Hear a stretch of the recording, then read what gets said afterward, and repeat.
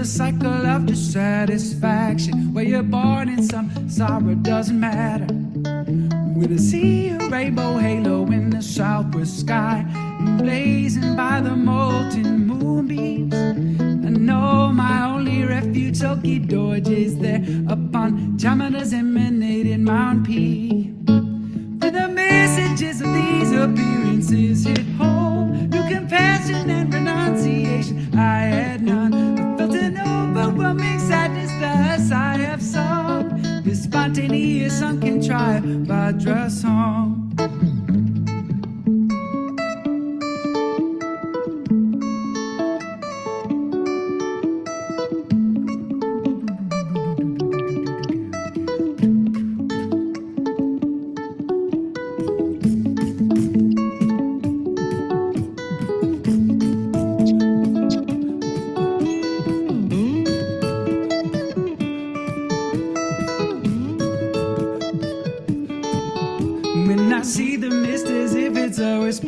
Sky, gather round the majestic snow peak.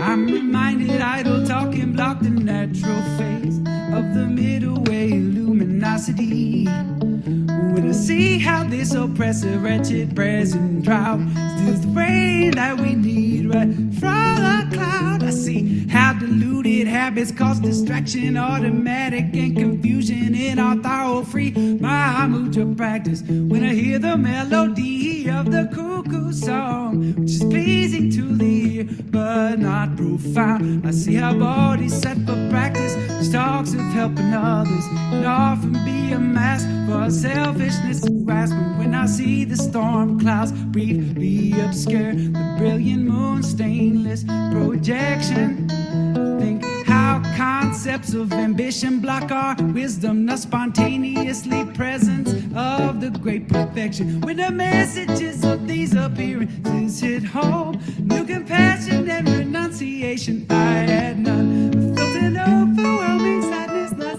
I have sung spontaneous uncontrived Vajra song.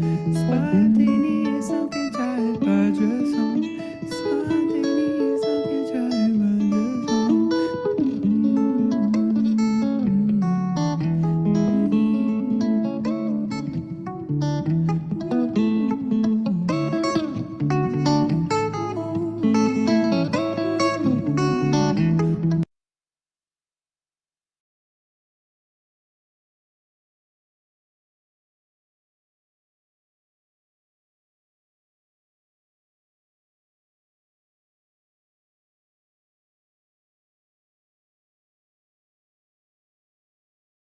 Welcome everybody to this session, this very special event. Firstly, I'd like to introduce Dungse Jampal Norbu. Thank you so much for joining this session. It's a real honor and delight to have you here. This is a special event that is actually a collaboration between Khyentse Vision Project and Bardo Café. So I'd like to also introduce Kirsten, who is here to represent Bardo Café. That beautiful piece of music you were just listening to is one of our contributions to the Verse to Music initiative that Khyentse Vision Project has. And this is an initiative to produce pieces of music and art that go along with verses that are written by Jamyang Khyentse Wangpo and translated by the Khyentse Vision Project team. So we try to take these poems and turn them into metered verse or modern kind of poems that we can chant along to or sing to, dance to. And we have some wonderful artists and musicians that are contributing to this initiative. The one that you just saw and composed by Nick Damaris. And the graphics were done by Alicia Zgrodzka. Today, this session will be a discussion with Jampal and some of Bardo Café's youth ambassadors.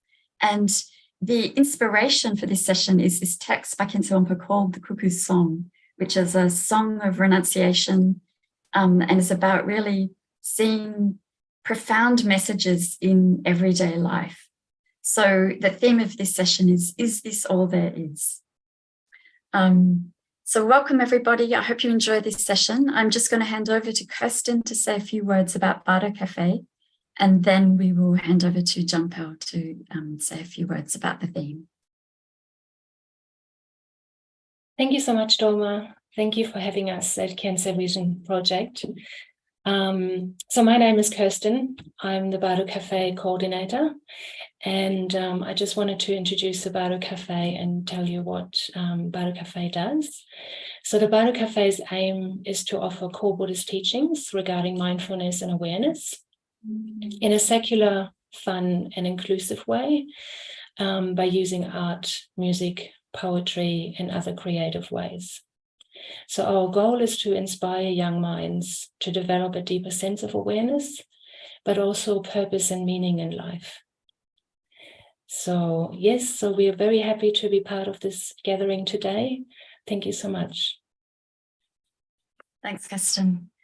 Jampal, we'll hand over to you, and thanks again for agreeing to do this session with us. It's a joy to have you here.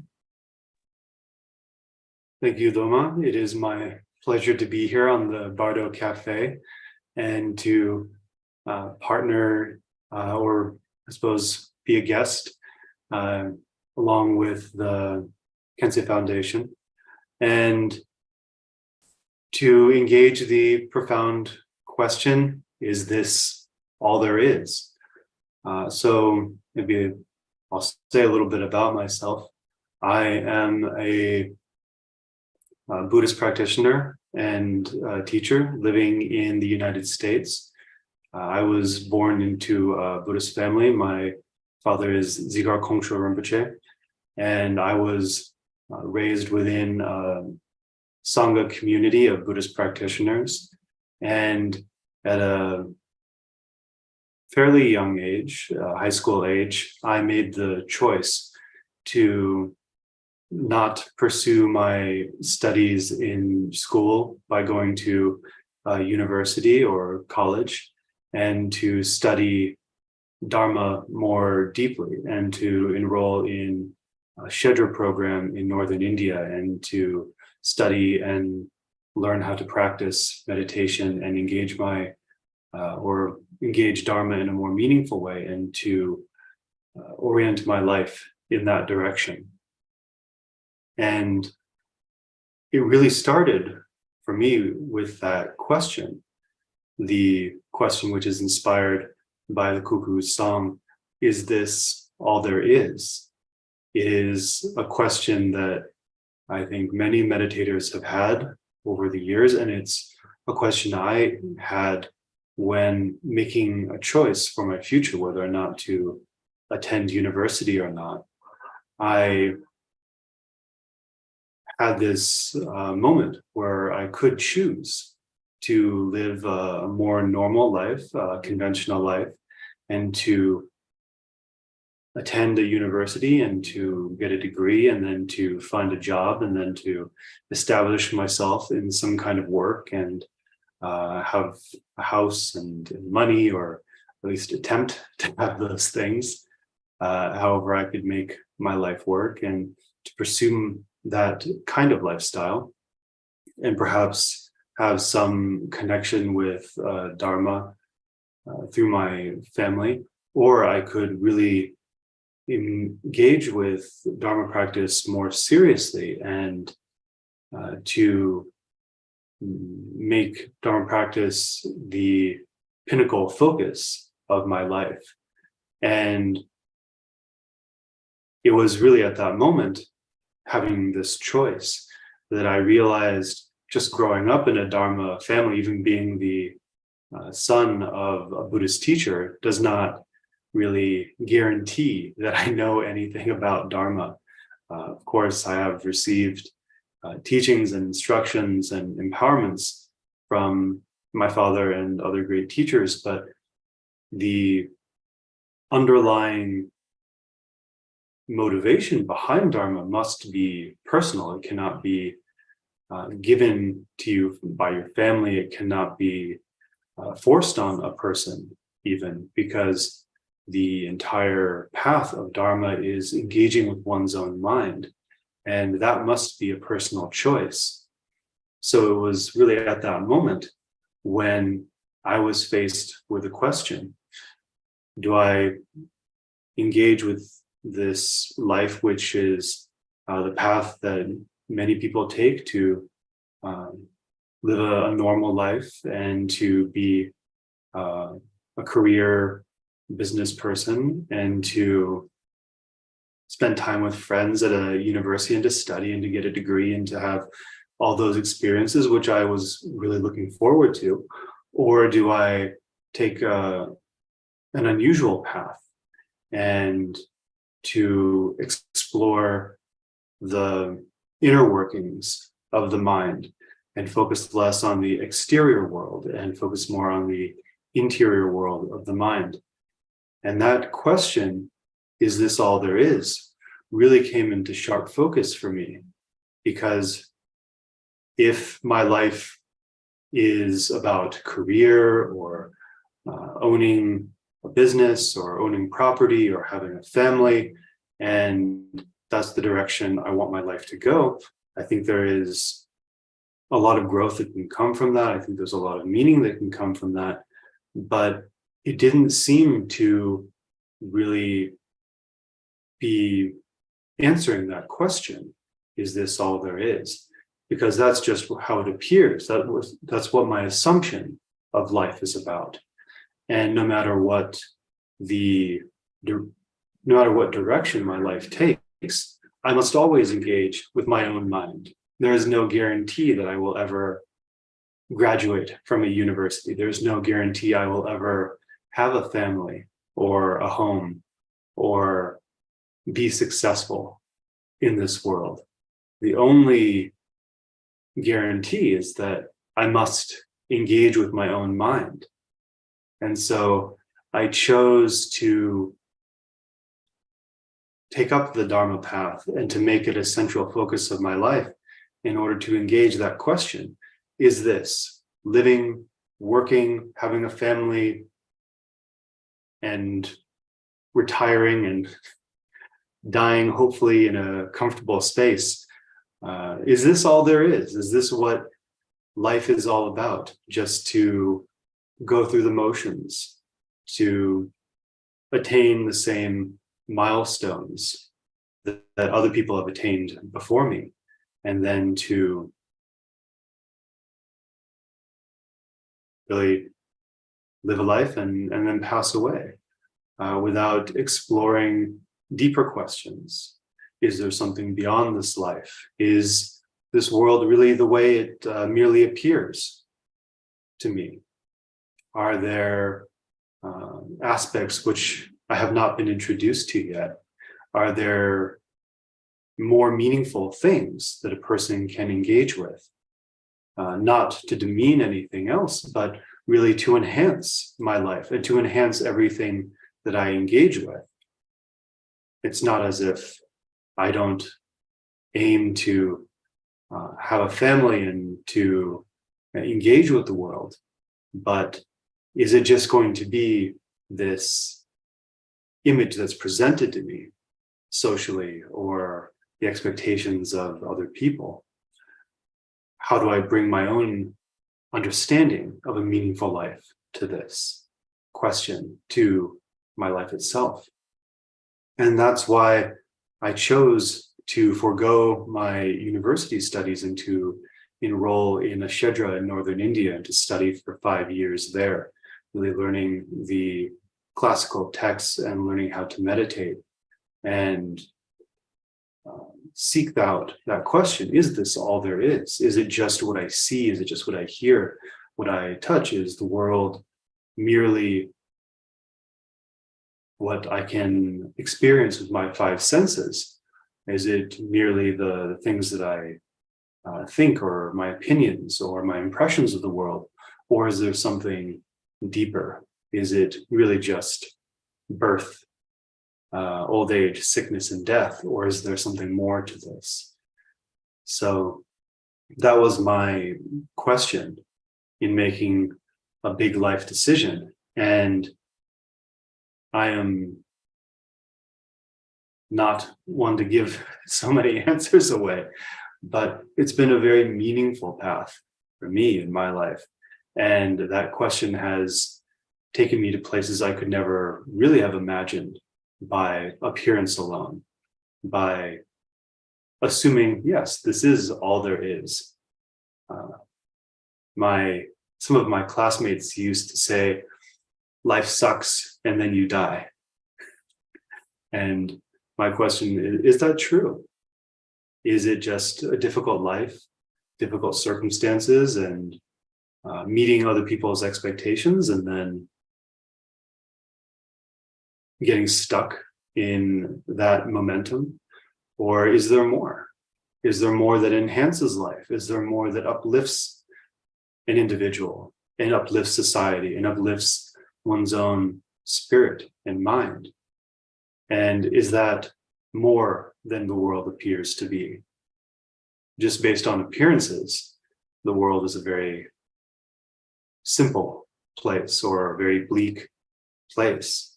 It's within the depth of the human mind, within the depth of all minds, within humanity and all sentient beings, that great meaning, that great connection is revealed. So I'm always very grateful that I had the opportunity to make that choice. And I am very happy with the choice that I did make. So my history with this song, with this question, really strikes home because of what it provoked in my life, because of the direction my life took from there. And really, this is a question everyone must face. Every individual on this planet must face. Is this all there is? Because we are given a certain impression of the world by society and by the people around us. We are presented with opinions and ideas, but it's only when we engage our own mind and our own critical intelligence that we really ask, is this all there is? Is it just what is presented to me? Or is there something deeper? And if there is something deeper, there is nowhere else to look except your own mind, except your own direct experience. Because what else will be that genuine? What else will be so definitive and give you the same amount of confidence? You can't live your entire life just based on what other people think or what other people say. Now, there are many teachings in Buddhist path which might guide us in certain directions or ask certain questions for us, but it's really up to us to follow through with that questioning. There is no way that Dharma can solve our answers for us without our own engagement. So everyone must ask this at one point or another. Is this all there is? Or is there more to life? Is there more beyond appearances? Is there more than just physical matter? How much does the mind matter? How much does intention matter? These are deep spiritual questions, but they're also very important social questions. How much does intention matter between two people? Not just words, not just contracts, not just appearances. How much do intentions matter? And how do they play a part in the actions that influence our world? How do we seek genuine friends, genuine connections? How can we ourselves be more genuine beyond mere appearances? These are very deep social questions that really our world revolves around these questions in a subtle way. And they do have an answer. They do get addressed on a spiritual path. So the more that I have engaged in Dharma practice and the study of classical teachings, the more I've realized that Dharma is not just a spiritual life. Dharma is a way of engaging all aspects of life. There is really nothing that is separate from Dharma practice, from this philosophy. It is a way of engaging with the world as a whole. And so, based on that one question, is this all there is? And making the decision to engage with my mind rather than outer appearances, I feel I have confidence and context by which I can engage the entire world, engage any situation in my life. Although it does take some work and it takes some practice, I always feel like this has been the greatest gift, a way to engage with life beyond appearances, a way to seek something deeper and more meaningful, no matter where I end up. So this is my own experience with the question, is this all there is? And how Dharma practice and studying the philosophy of Buddhism has really enhanced my life in that way. So this is my own personal story and introduction. Thank you so much, Jampal. I'd like to now invite, we have some Bardo Café youth ambassadors who are going to join the discussion and ask Jampal some questions. So I'll just add our guests.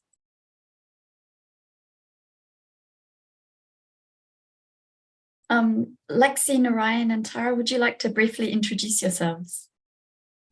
Sure. Hello and lovely to meet you, Jampal. My name is Alexis and I'm an aspiring Buddhist student who was also born into a Buddhist family like yourself. I unfortunately took the blue pill, so to speak. I'm studying neuroscience and astrophysics at the University of Sydney, and I'm based on the coast of Australia at the moment. Hello, y'all. My name's Narayan Neubauer. I also abide on the mid-north coast of Australia, and I am dedicated this life to natural food, natural activity, natural mind, and I'm very passionate about how to actualize harmony and peace on earth while we're here. So it's an honor and pleasure to be here with you, Jampal, and everybody. Hi, everyone. My name is Tara. Like the other two, I'm also from Australia. Lovely to meet you, Jampal. And yeah, I am super excited about Bardo Café because I love anything creative, drawing, painting, music, so on. And so I think it's going to be a very exciting gathering. It is my pleasure to meet you all.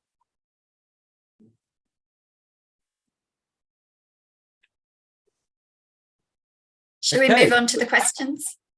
Jampal, I wanted to ask you a question in light of the theme that you so eloquently spoke of, is this all there is? I wanted to ask the question, what do you think is missing in the way that most young people of this generation, this younger generation, view reality? What is this? Well, I mean, of course, this is just my opinion. I feel like a reoccurring theme that arises when I work with younger people is a lack of connection with their roots. And that sabotages a healthy relationship with their own mind and identity.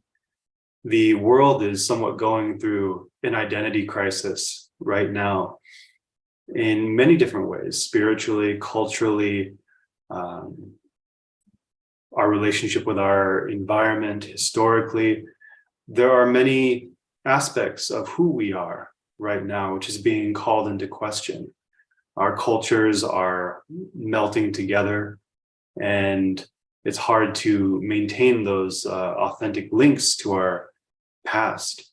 our own history is called into question all the time, and who was good, who was bad, what we should know about, what we should suppress, who we should praise, who we should criticize. There are many discussions, not saying that anything is right or wrong, but just that the whole world is talking about what it even means to be human, what it means to have creativity, what differentiates us from computers.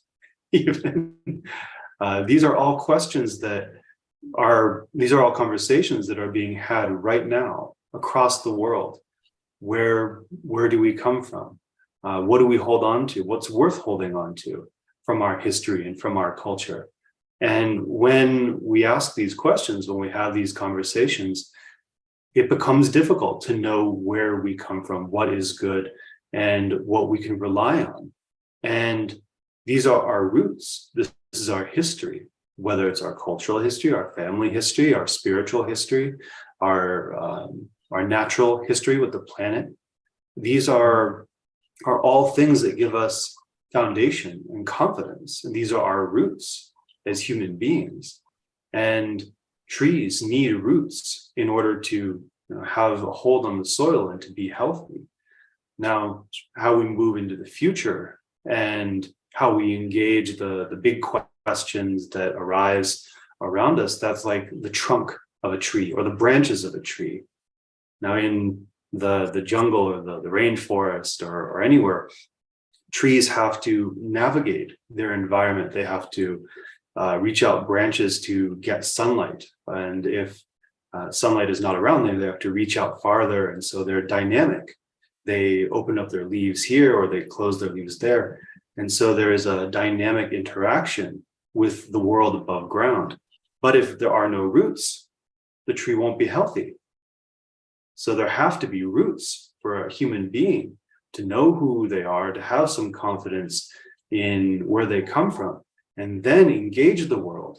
And then once the tree engages the world and the sunlight and the wind and the water and rivers and so on, then that becomes more roots. That becomes a stronger foundation. So it's not like we are defined by our past. Our past is also influenced by how we engage with the world right now, but we need roots. And one thing that comes up continuously for people I speak to is that the world is tearing up its roots right now, and who we are as cultures and individuals and history, it's being torn up. And there's a lot of identity crisis. Who are we? And if we don't know who we are, then we don't quite know how to move forward, because then we have to adopt someone else's ideas. We have to make up something on the spot. And those ideas are not strong enough to carry us forward into the future. So there is a lack of appreciation for our history and culture. And I think that is a big problem. It doesn't have to define who we are, but it should at least give us a strong basis on how to move forward.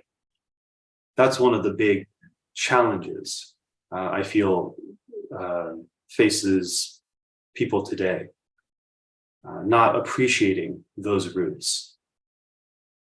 Appreciation doesn't have to be being stuck to those roots forever, but appreciation and humility, that's what allows us to grow and then to establish ourselves with confidence in the world.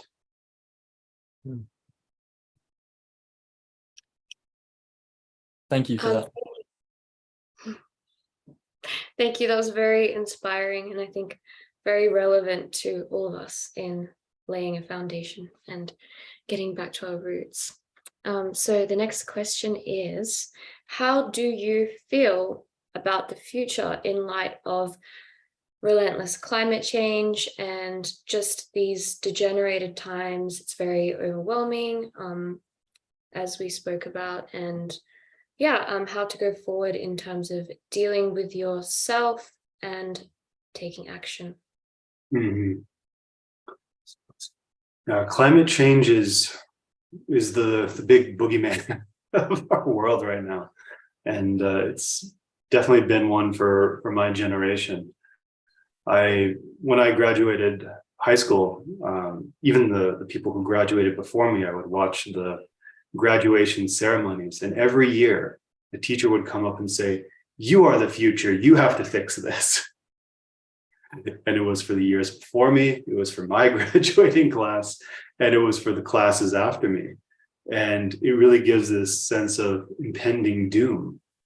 Of course, there have been a lot of periods of impending doom over history. I think I've lived through, I want to say, 5 different end of the world scenarios, like the year 2000 and Y2K. There's always some kind of doom on the horizon, like the ozone. The thinning of the ozone layer was one of those doomed prophecies, but it's actually getting better. The holes are shrinking, I think. That was some of the research that I read recently. So the way that we approach our relationship with the world just through panicked doomsday thinking, I don't think it's particularly healthy, but the world is definitely changing, and we have to take some responsibility for that. We can't just, pass it off and do things the way we've been doing them. There are consequences. There are changes that we're feeling right now, floods and earthquakes and so on.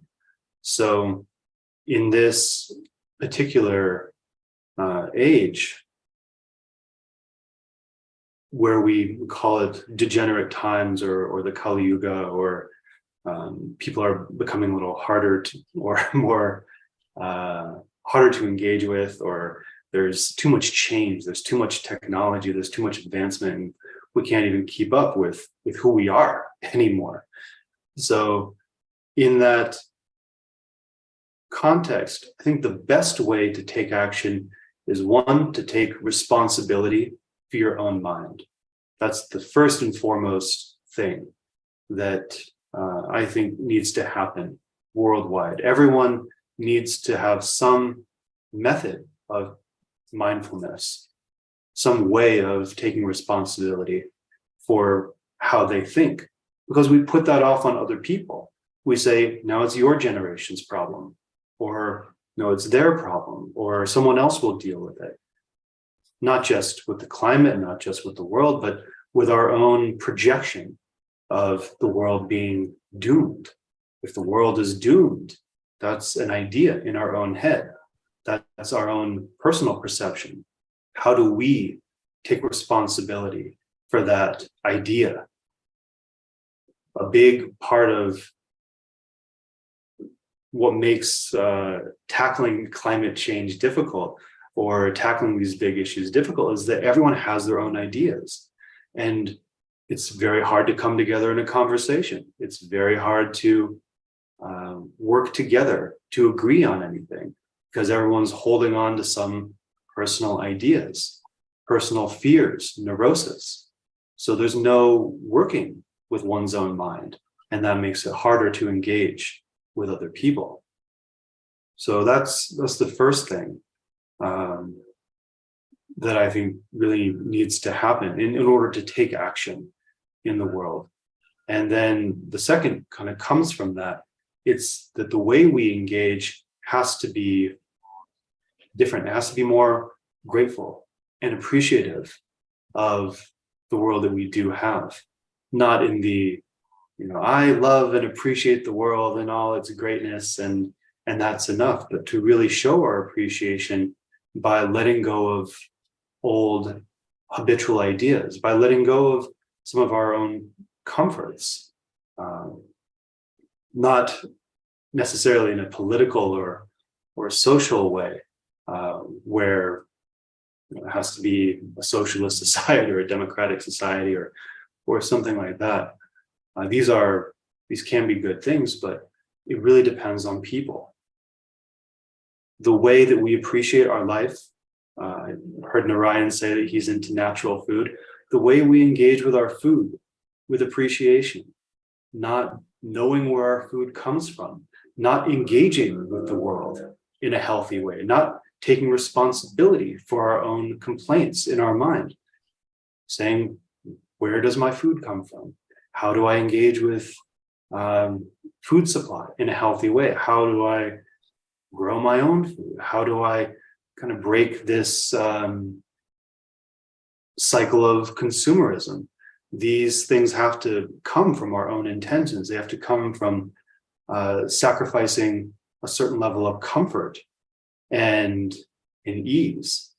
And that has to come, again, from taking responsibility for our own mind. These are enormously powerful steps. And this is also a big part of Dharma practice. The Buddha left his comfortable situation as a prince and really took responsibility for his own mind to see how he lives on his own, not to just depend on others because it's easy, but to really see his relationship with the world. Not that someone can live completely autonomously apart from other people, but he engaged. He saw how he was connected. He saw how he was interdependent. And that is what enlivened his life. That is what allowed him to break free from a particular cycle of suffering and misunderstanding, to not run away from just how the world works. There are a number of uncomfortable things out there with just things that we bear responsibility for. The way we eat, the food we grow, the people we interact with, the clothes that we buy, these are all choices that we make. We have to take responsibility for our choices and our own mind. And it's not as if that has to be a heavy-handed thing. It's a way of appreciating the world, of saying, look how much more of the world there is than what I thought. Is this all there is? Is it just what I perceive? Is it just the small situation I find myself in? Or do I become more than myself? Do I expand beyond my personal situation and seek out that knowledge?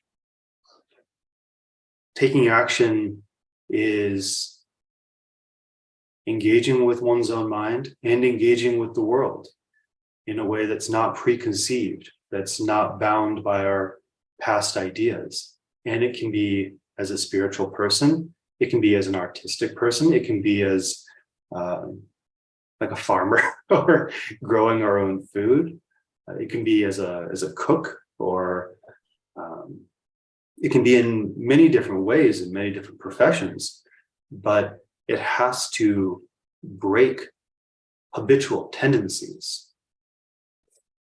The habitual tendencies that often revolve around self-importance and comfort, not being willing to step out of our comfort zone and expand, see how we're connected to the rest of the world.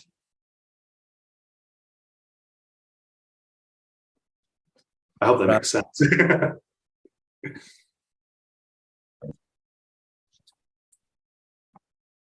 Right on. So reality, or human reality, seems to be a consensus or an agreement between people. And I was wondering, what would your take be on how we navigate that in a way that is creative, sane, or even beautiful?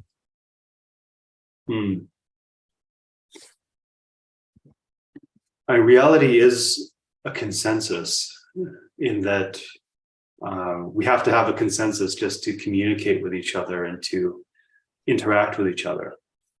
But some consensus are more important than others. We often get caught up in, I want to say, less important consensus, like is this too salty or is this too sweet, kind of a thing, or is this person inherently good or inherently bad? We do get caught into opinions and judgments, and that's where we start losing consensus and we start losing connection to each other. A way to find that connection and to have a more creative interaction with the world and a more honest connection with the world, in my opinion, is to focus on the foundation of meditation practice, the foundation of the Buddhist path, which is that all beings have one particular consensus, and that is everyone wants to be happy and everyone wants to be free from suffering. That is something that binds all living beings together. All sentient beings want to be happy and they want to be free from suffering. And that's something that we can all connect on. That is a way in which we can extend beyond ourselves without getting into differences of opinion or temporary perception or backgrounds or our cultures or our genders or race or anything like that. There are so many ways that we try to force consensus, or we try to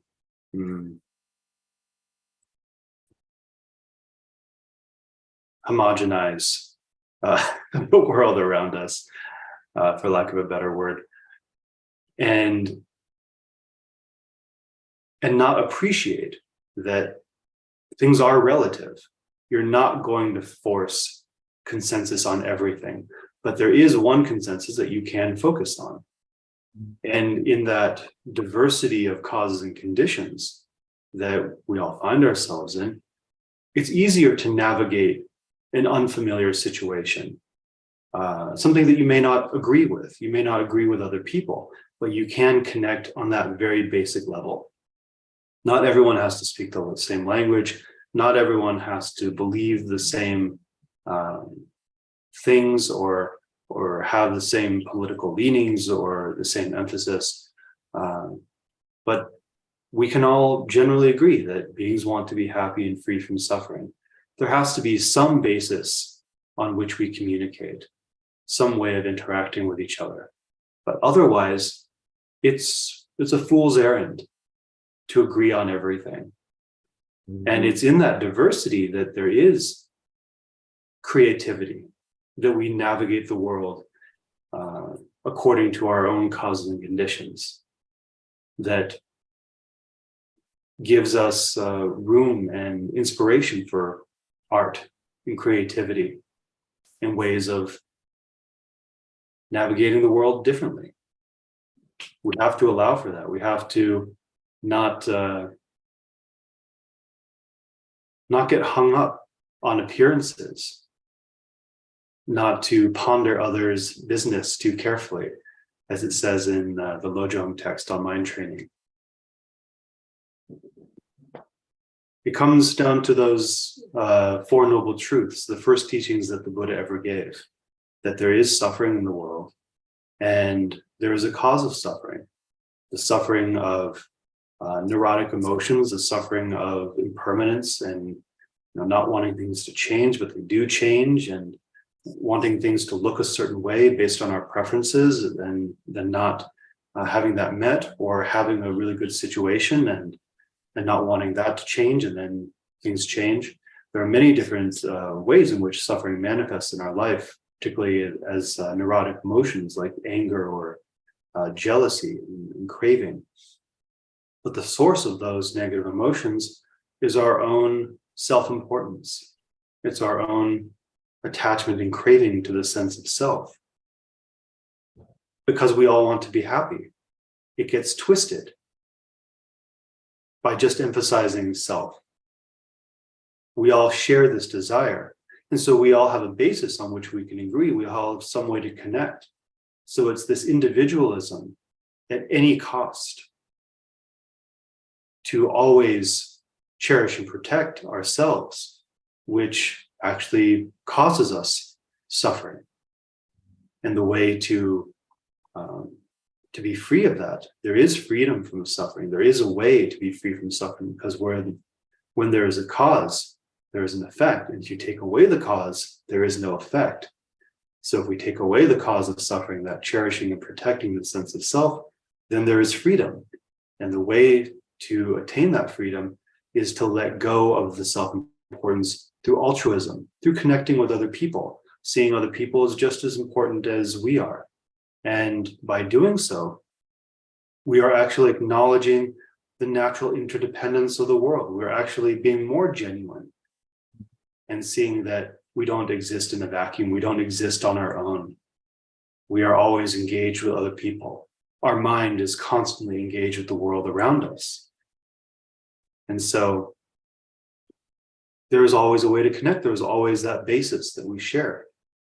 And the rest of it, it's temporary. It's ephemeral.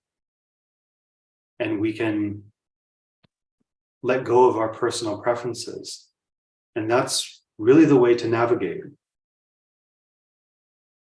by being altruistic, by seeing that equanimity between oneself and others, by extending compassion and kindness to others, and to rejoice when others are happy, just as we would rejoice if we were happy. These are the ways that a Buddhist navigates the world. A bodhisattva, a being on the path to enlightenment, would navigate the world. And so that's really the way I think. That's what I think the best way to navigate the world is. And that's what I aspire to myself. Thank you. I think on that note, it's probably quite similar from what you've been saying, but what would you say is the best way to relate with and deal with your own emotions and thoughts? I think especially when they become quite difficult to relate with and much easier to run away from. Yes. Well, this is where meditation comes in. And meditation can appear like many things. It can be very boring, or it can be quite agitating or peaceful. The expectation is that meditation should be peaceful. It should be, should be very calm and easy.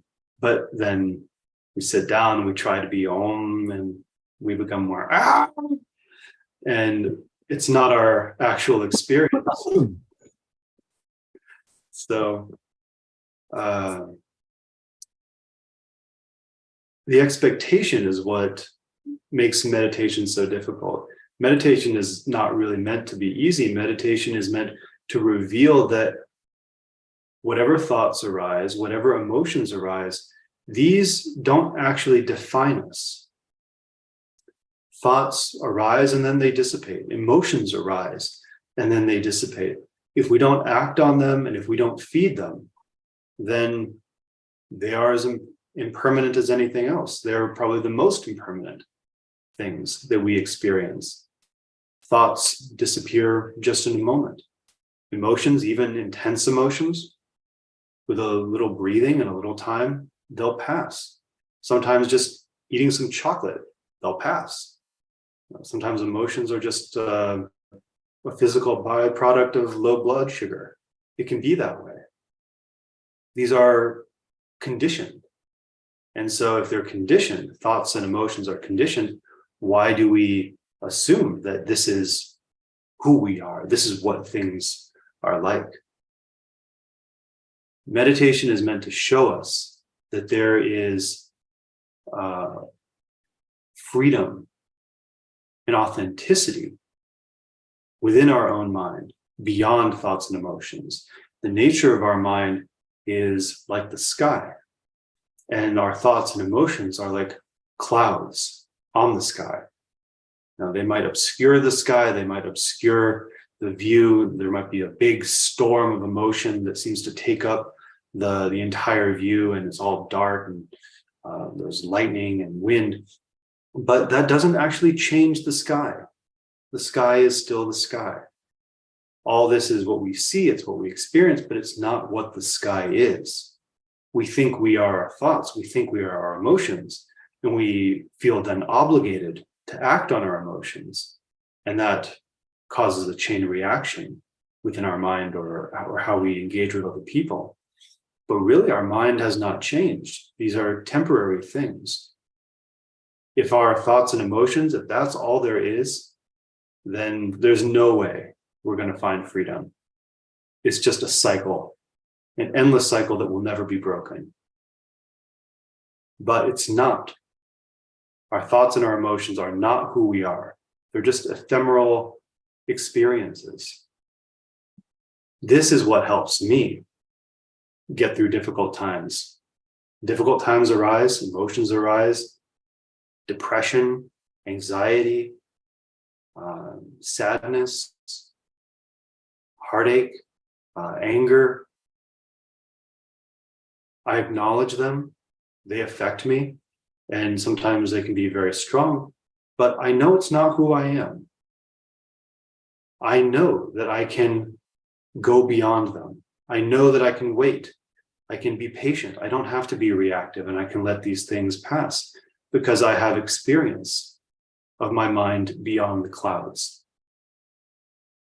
I know what that feels like. I know what that direct experience is. And thus I don't need to be led by my thoughts and emotions like a dog on a leash. So that's really the greatest aid for me in handling my own thoughts and emotions. Just seeing their nature, just seeing that that's not who I am. Thank you. Yeah, thank you. I'm really appreciating the questions. So in the past, Tibetan culture didn't really let female teachers flourish, and so it has been difficult being a female practitioner. Of course, the Dharma isn't inherently male or female, but I think especially for newcomers, they may just see a certain image that is male dominated.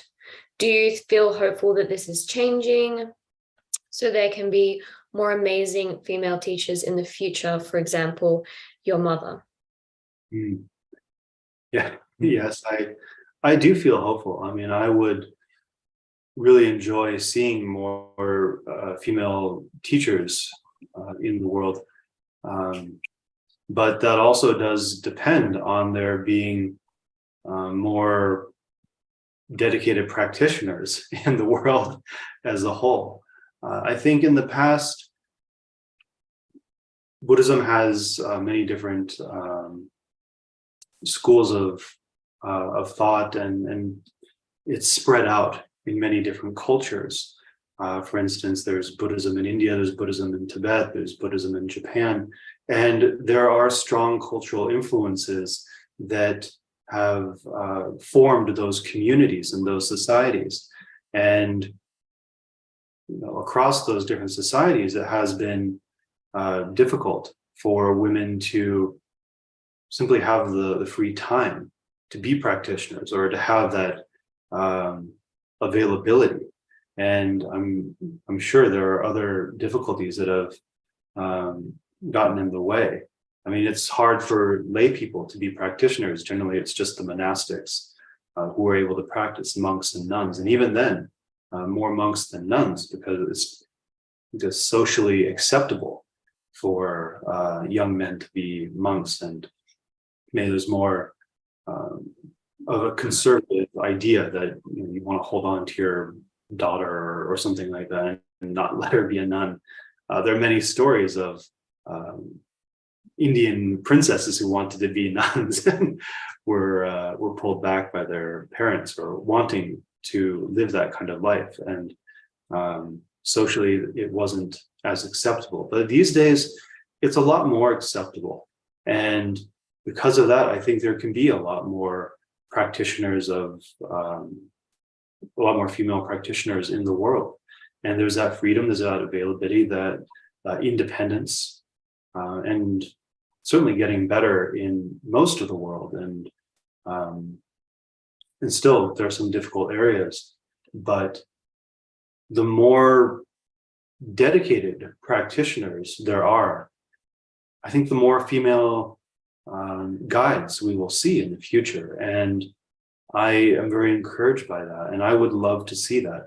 And my mother is one example of that. And she is someone who found herself with the availability to study and to practice, and then was encouraged to teach by her teacher, and set herself to that task, and really has benefited a lot of people. But it does require a lot of consistency and support.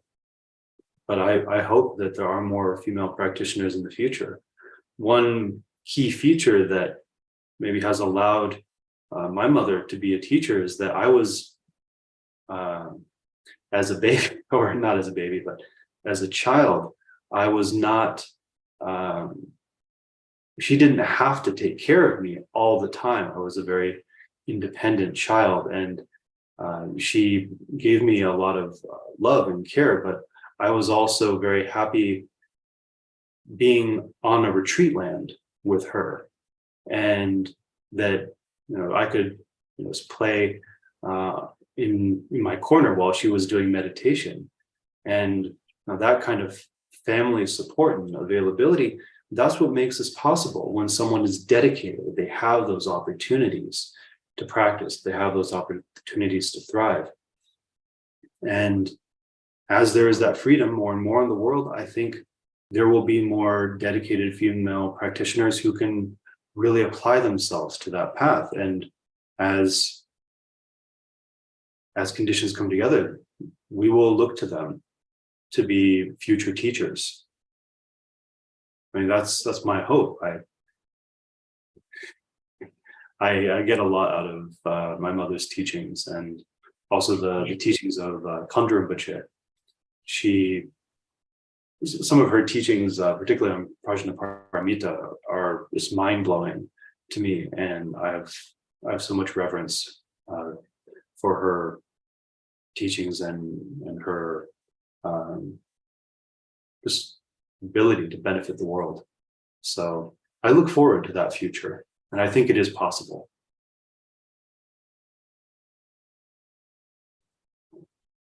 Right on. Well, that's a good segue into our next question, which is, do you find that there's still viability and hope within your perception for our world to move into a Shambhala-like society? Well, I guess I could answer that a couple of different ways. So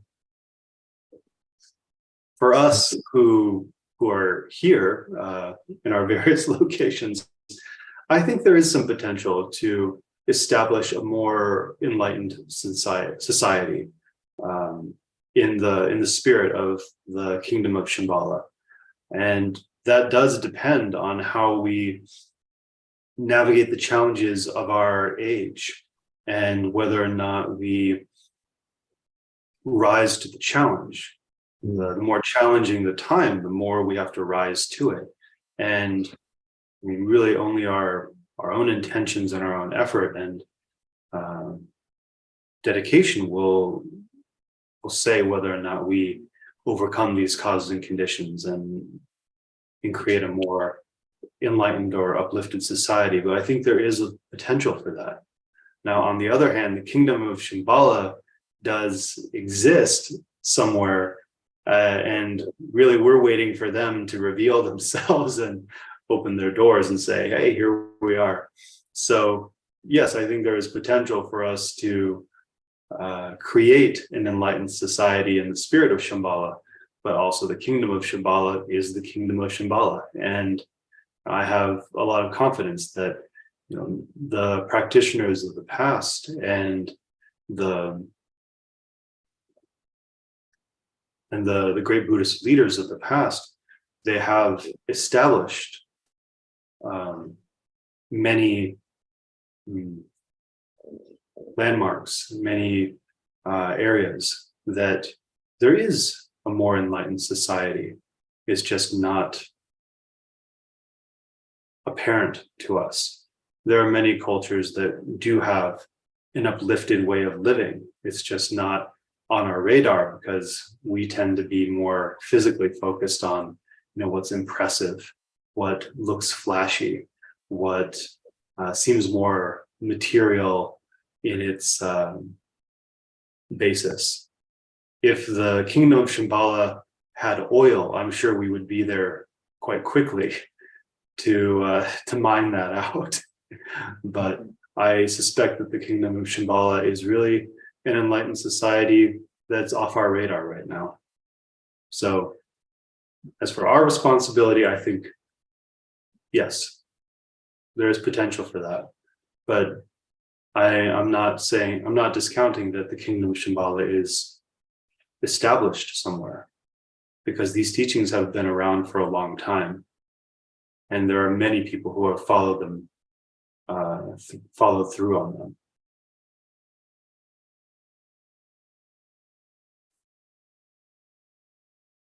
Thank you so much, Jampal. I really love your answers. Very deep and meaningful. I do have a question as well. I guess for all of the young generation, but also for the Bardo Café. How do you feel the Dharma could be more accessible for future generations and young people? This is a really big question that we have at the Bardo Café, especially.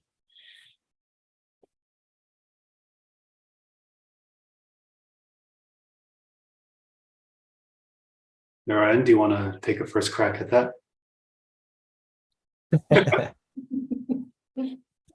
Have fun, be honest. You go for it, my friend. I mean, I'm always asking that question myself. How can the Dharma be more accessible to younger people? I mean, I've been asking that since I was younger people. And over time, I've really seen a lot of the efforts that are put into making the Dharma available. I mean, Bardo Café is one example. The more effort we put in, the more available it becomes. But that's not a guarantee that someone's going to have a connection. I think it's a balance between really abiding by the actual teachings of Dharma and acknowledging that someone has to have a karmic connection to Buddhism in order to be interested. And if that karmic connection is not there, then there will be no interest, no matter how hard you advertise Buddhism. It'll just be a passing thing. It'll just be a skip advertisement. So to some degree, I don't think there is anything that can be done if someone doesn't have the merit. But there's always the compassionate engagement, making yourself available, showing up. The way Bardo Café shows up, the way many of the great teachers in the world right now are showing up and making themselves available in whatever way they think best, according to their ability and the disposition of people around them. I think Dharma is out there. Dharma can be found. Dharma can be Googled right now. And that's never happened in history, to have so much Dharma at one's fingertips.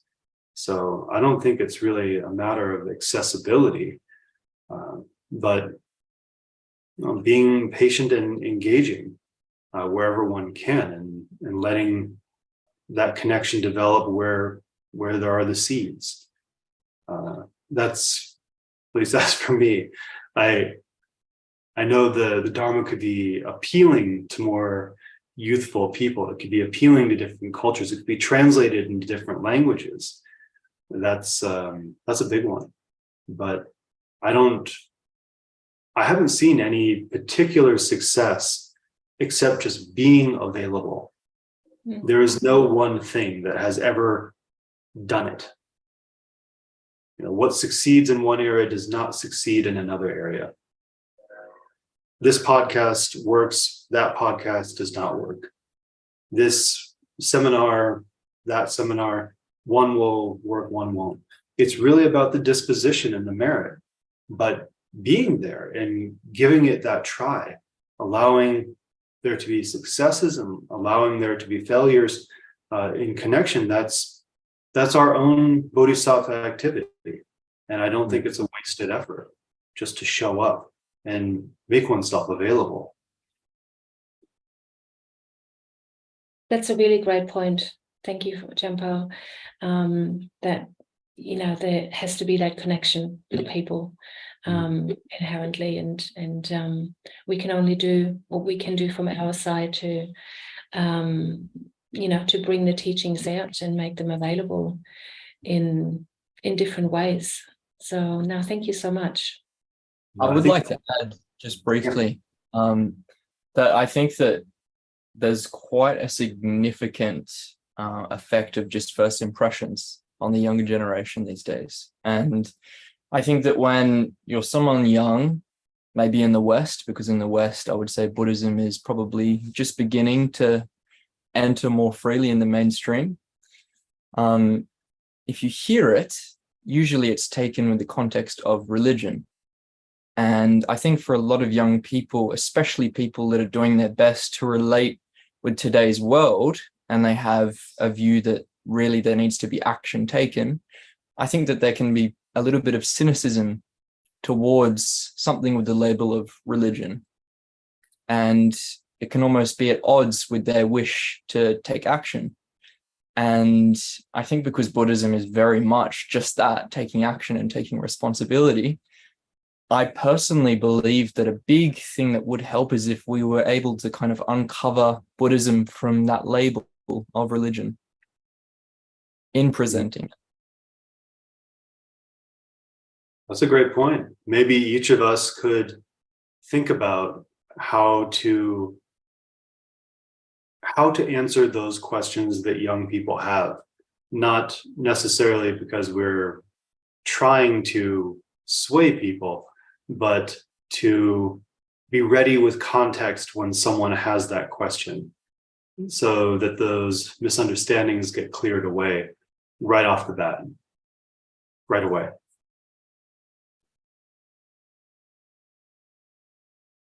Thank you. Jampal, I actually had an additional question for you as well. I know I've been very fortunate to receive teachings from both of your parents, and they're such extraordinary people, and it must have been an amazing childhood to have them as your role models and parents.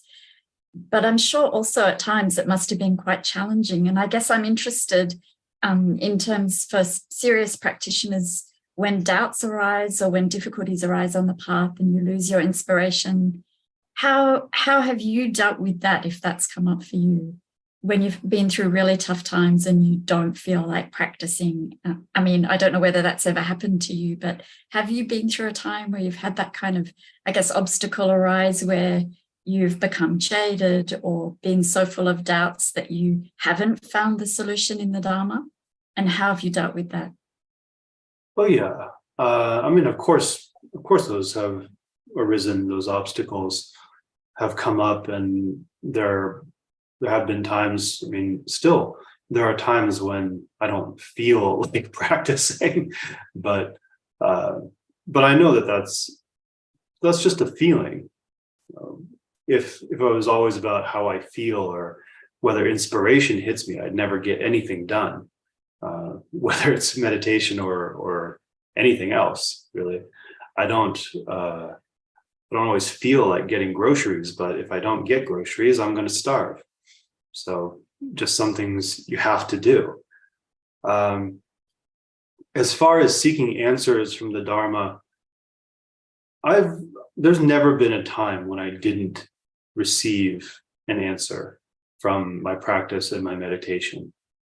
It's just a matter of whether I liked the answer or not, because sometimes it's difficult. It's very difficult to practice and to work with certain emotions, particularly those involving grief or loss.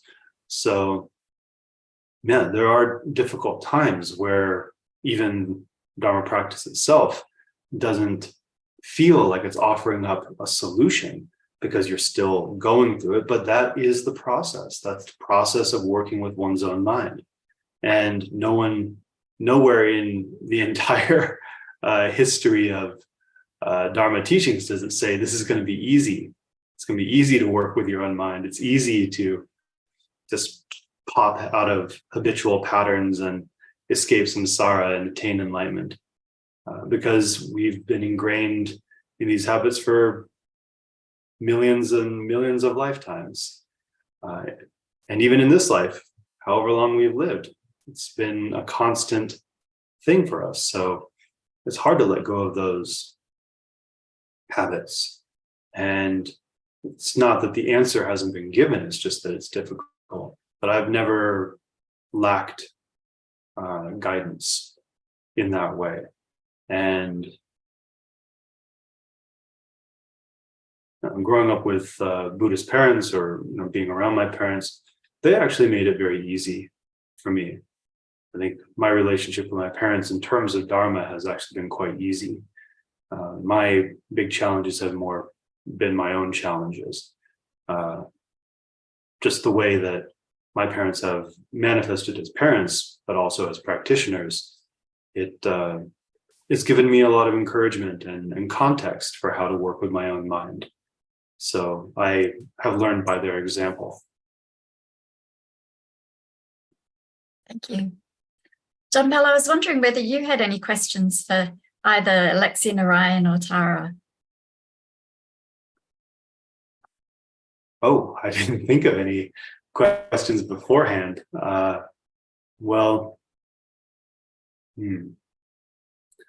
Actually, there is a question, and it's actually a question that that you all asked me, but I'm curious to hear it from you, because when you asked what can be done to make Dharma more appealing, I really believe that it's based on someone's merit, but that merit does seem to have a theme. There are signs that are out there that someone does have the disposition to practice or to have some interest in the Dharma and in meditation. And I think there is a theme. So asking people how they first connect with the Dharma. Of course, there are family connections and being born into a situation like myself and I think Lexi there.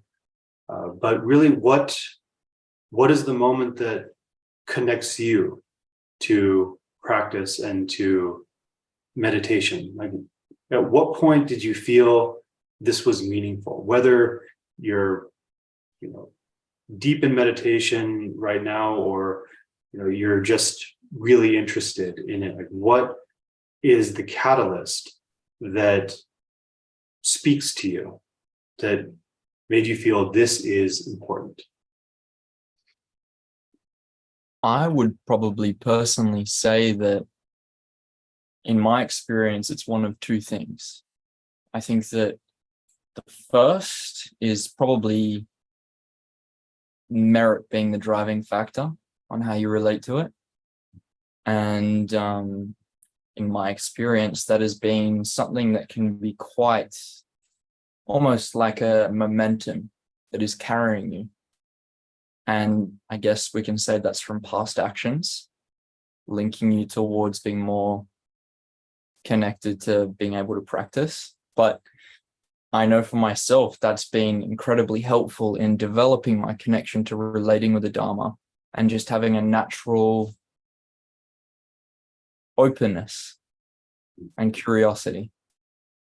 But I think that what I've experienced more recently is the more you progress along the path and the more you experience in your life, the more you suffer, the more difficult it gets, I guess. You kind of need something a little bit more than that, or at least I do. And I think that's when you really start to see that you actually do sort of need a solution. It's the place that we reside in samsara, the spinning that we're continuously subjecting ourselves to, is not really something that is desirable to remain in. And I think that the more you experience that and the more you actually recognize there is a deep wish inside of you to be free of that suffering. I think that is something that can really give rise to a genuine wish to practice. And for me, that has been something that is actually deeply connected to growing those roots, to actually have a grounding. That's great. How about you, Tara? I was just thinking, I think for myself and a lot of people, it's some kind of tragedy or feeling very disillusioned with life that drives you to find a solution, as Lexi was saying.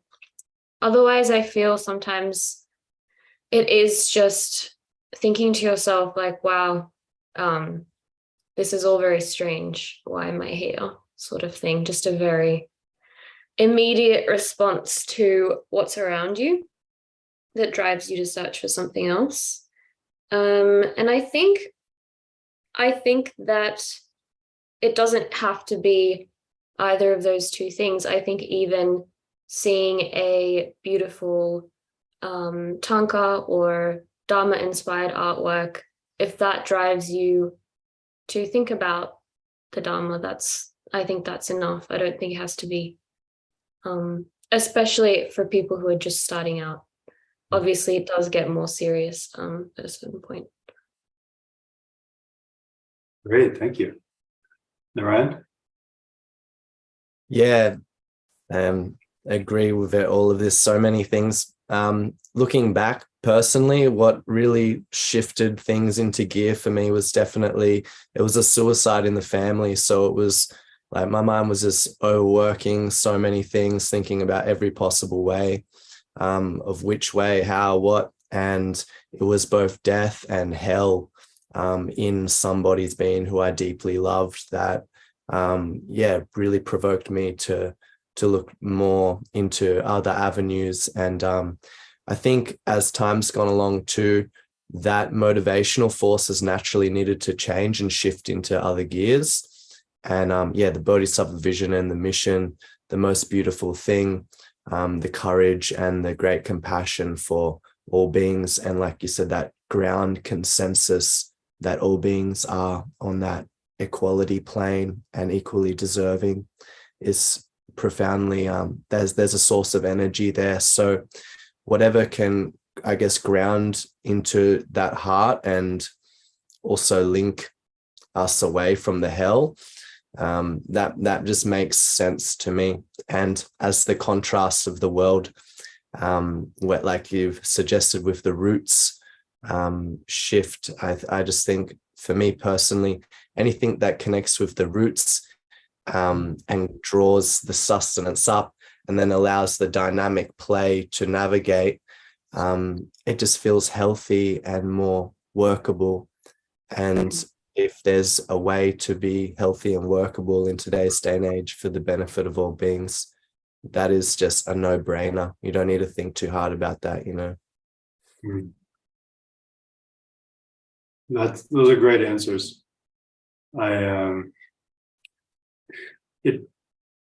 I feel there does appear to be sometimes a theme, and it really seems like right place, right time, right situation. Of course, being struck by samsara is really the impetus most of the time, but it doesn't always help to go around being a buzzkill talking about samsara and suffering and hoping that inspires someone. Also, just think an inherent like curiosity. I find people who are just curious, it's just have an innate leaning, I think, you know, people that just want to question, and that can be just a joy in itself, you know, when you don't have to be in pain. You could be on the beach and, you know, looking out and just asking those questions to one another, opening up, you know, looking at the night sky. It's a beautiful thing to, yeah. Thank you for your answers. I appreciate that they come from you and come from your experience. Thank you for yours. It's my pleasure. That note, I also want to add my thanks so much, Jampal, for joining this session. It's really fabulous to have you here, and it's so interesting to hear a discussion with young practitioners and to have your advice available for them. It really is very precious. Thank you so much also to our Bardo Café youth ambassadors. Lexi and Narayan are actually joining us from France, so it's 4 a.m. in the morning for them, or maybe closer to 5 a.m. in the morning. So I appreciate them staying awake so that they could do this session. Thanks so much, Tara, who stepped in at the last second when we had another person who became unwell, who couldn't do it. Tara was very gracious to come along literally with no notice and step in. So thanks so much. And thank you, Kirsten and Bardo Café, for collaborating with Khyentse Vision Project and for helping us run this event. It's really lovely, and I hope we get to do more of these collaborations in future and nut out this question of, how do we make the Dharma more relevant and appealing and accessible for future generations. So thank you everybody for joining, and please stay in touch with Khyentse Vision Project with our social media pages, also with Bardo Café with their social media pages, and of course with Jampal too, who there's a link that's posted in the chat for Mangala Shrubuti. I know that Jampal does regular podcasts, which are fabulous, and I highly recommend you all to check them out. I'm going to hand over to Kirsten to say a few words, and then as our goodbye, I'm going to play one more version of the Cuckoo song, Verse to Music Contribution, which is a very different style to the one that you previously listened to, but I think you'll enjoy it just as much. So thank you so much, everybody. I'll pass over to Kirsten. Thank you so much. Thank you so much for collaborating with Bardo Café. I really hope that we can do more of that and keep the conversation going, especially for the younger generation. And just finding new ways, I guess, of connecting with the Dharma. So I just wanted to let you all know that the Bardo Café is going to launch its new direction. So just in different format, a new format on LOSA, 10th of February in 2024. So we will have a new Instagram and Facebook site, where there will be also new content, which I also mentioned before, using art and music and poetry and other creative ways to bring about more awareness for younger people, or making it, enjoyable. Of course, that's the karmic connection as well, like we talked about. And we also will have some in-person events in Australia as well next year. So we hope that we will see you there. Thank you so much. Thanks, everybody. Thanks so much for joining us. Thank you.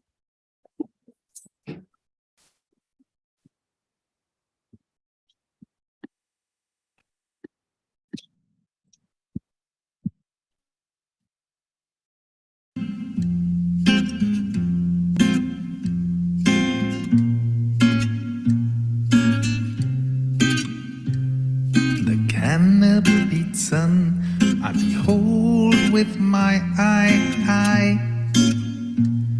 Oh, I, circling above the four lands in the sky. Oh, I, counting my freedoms and riches today. I must set my sail for freedom's great way. Oh, now, oh, now, now, now, now, now, now, now, now, now. The well-plowed field I see down below, below. The various crops each ripen and grow, they grow and grow.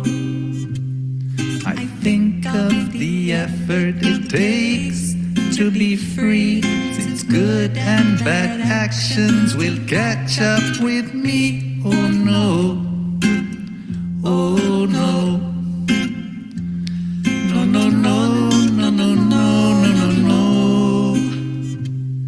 Wild creatures that play in the valley, so green, so green, so green. Stalked by ruthless hunters are seen, I see, I see. Just so I lie idle, delay what is true, bewitched I ignore Lord of Death's mighty news. Oh why, oh why, why, why, why, why, why, why, why, why, why?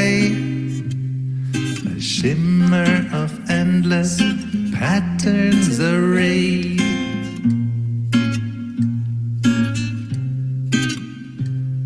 I see waterfalls rushing down in cascades.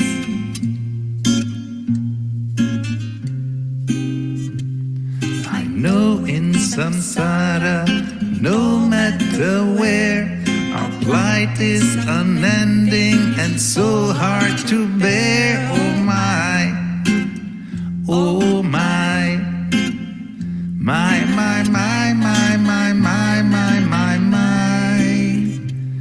These sights and their meaning, they enter my mind. Yet love and disillusion are still hard to find.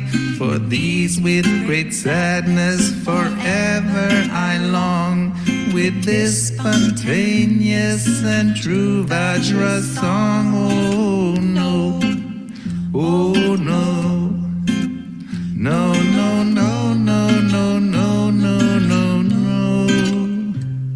A luminous rainbow in the southwestern sky, so bright, blue sky, adorned by the white molten moonlight. I spy in the sky, recalling the soul refuge Soye upon glorious Chamara peak he does play. Oh now, oh now, now, now, now, now, now, now, now, now, now. As mist swirls gently like a lovely silk throw, a throw, silk throw, around mighty peaks draped in white snow, they glow. I know how discursive talk muddies the view of luminous middle way, artless and true. Oh no, oh no, no, no, no, no, no, no, no, no, no. On the juniper branch, a cuckoo's heard sing. She sings, she sings. Her melody sweet, yet shallow and thin, so thin, so thin. Just so a hero's grand selfless display can hide a self-serving intent day to day. Beware, oh beware, oh beware, oh beware, oh beware. These sights and their meanings, they enter my mind. Yet love and disillusion are still hard to find. For these with great sadness forever I long, with this spontaneous and true Vajra song. Oh no, oh no, no, no, no, no, no, no, no, no, no. Then storm clouds above, they hide and disguise, disguise the face of the moon, so radiant and wise, so wise, so wise. I recall how thoughts and ambitions obscure great perfection's fruit, spontaneous and pure. Oh, why? Oh, why? Oh, why? These sights and their meaning, they enter my mind. Yet love and disillusion are still hard to find. For these with great sadness forever I long, with this spontaneous and true Vajra song. Oh no, oh no, no, no, no, no, no, no, no, no, no. No, no, no.